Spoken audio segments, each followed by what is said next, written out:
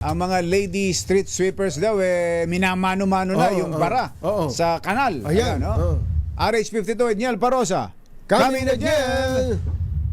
Mula lamang pasado alas 7 na umaga, Jared Anthony, halos mag-zero visibility ang kalsada mula sa bahagi ng Camp Aguinaldo sa Quezon City hanggang sa papasok dito sa lalawigan ng Rizal. Grabe ang lakas ng buhos ng ulan sa Boni Serrano Avenue hanggang sa Marcos Highway. Nasakop ng syudad ng Marikina pero batay sa latest monitoring, hindi pa naman umaabot ulit sa first alarm itong antas ng tubig sa ilog.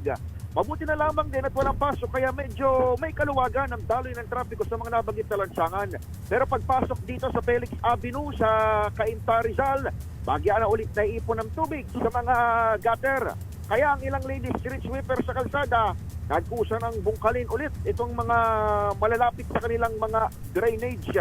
Mano-mano kung sundutin at pilipitin itong mga kaminera ang mga kanal sa Felix Avenue, partikular itong tumatagos sa mga magkakadabing subdivision.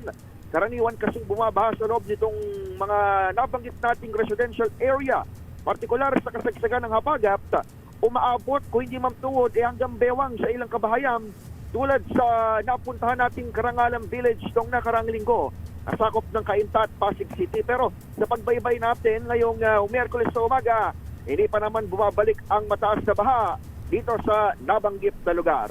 Ako si Edniel Parosa, Leisure H. Una sa Pilipinas, una sa Pilipino.